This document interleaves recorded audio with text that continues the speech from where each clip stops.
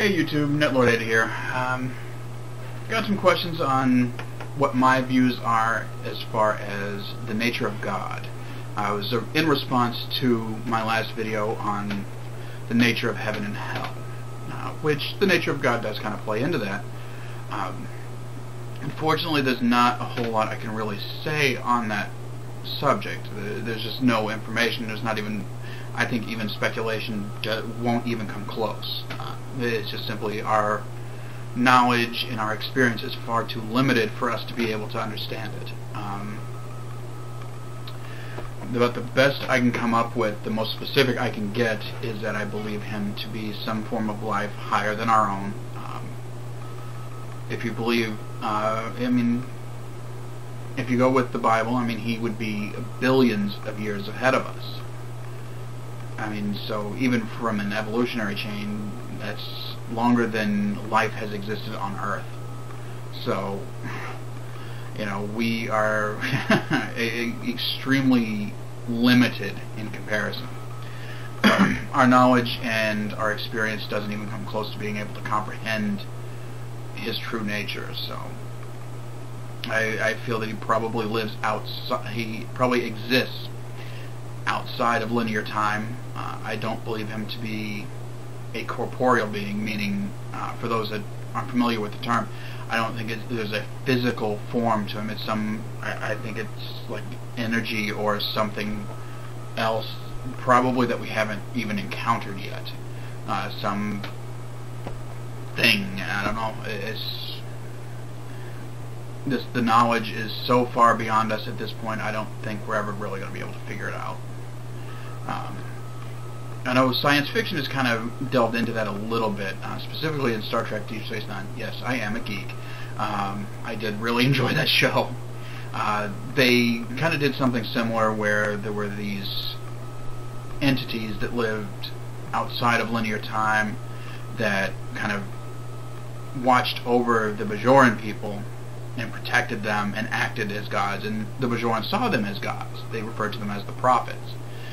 Now, to Starfleet and the very scientific side, they were just seen as aliens. The primary character, Cisco, played by Avery Brooks, was kind of stuck between the two worlds. He was basically like their Jesus Christ.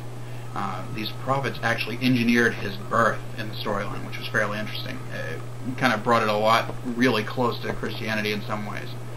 So it was fairly interesting for that topic to be broached. But again, I don't think it's anything that we could, I don't even think our imaginations could come up with anything, because it's too far outside of our experience.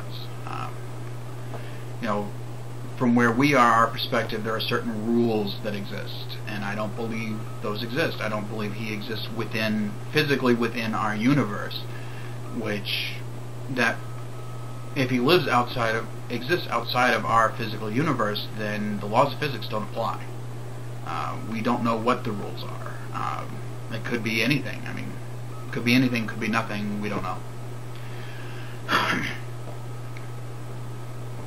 So, there are things. One interesting thing to note, specifically when people say that, specifically where it comes to Revelations, oh, the world's not going to end, it's going to be this, it's going to be that. There is one interesting thing you should probably look up. There's a date coming up, it's not that far off, that several ancient cultures came up with the exact same date for this. Basically, all their calendars ended on the same date, which is really strange. These were cultures that had absolutely no interaction with one another. They weren't even aware of each other's existence. So it's fairly interesting. It's December 12th, or was it 21st? It's December something, 2012. I'd have to look it up to get the specific date. I'll try to put it in the notes on the side. But it was fairly interesting that they arrived at the same date for basically what they consider to be the end of time. What makes it even more interesting is that happens to be the exact date that a very rare astronomical event occurs. It's something that hasn't happened within, as far as I know, within human history, and that is a perfect alignment between the Earth, the Sun, and the supermassive black hole that exists at the center of our galaxy. You know, what impact that'll play on us, we don't know. It's one of those things, we've never observed it before, so we don't know what'll happen. But it's just a fairly interesting coincidence. You know, it'll be an interesting day just to see what happens. Because it's not that far off. I mean, you know, less than just a few years away. So it'll be interesting to see what happens. Other than that, there are just a lot of things we don't know. And I would say it's impossible to say definitively whether one side is right or one side is wrong. We don't have the knowledge or the experience to be able to say that.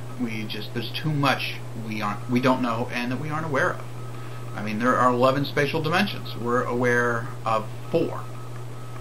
So, you know, the vast majority of even what exists here, right now, even within just the frame of this camera, there's a ton of stuff there that we can't see, but it is there.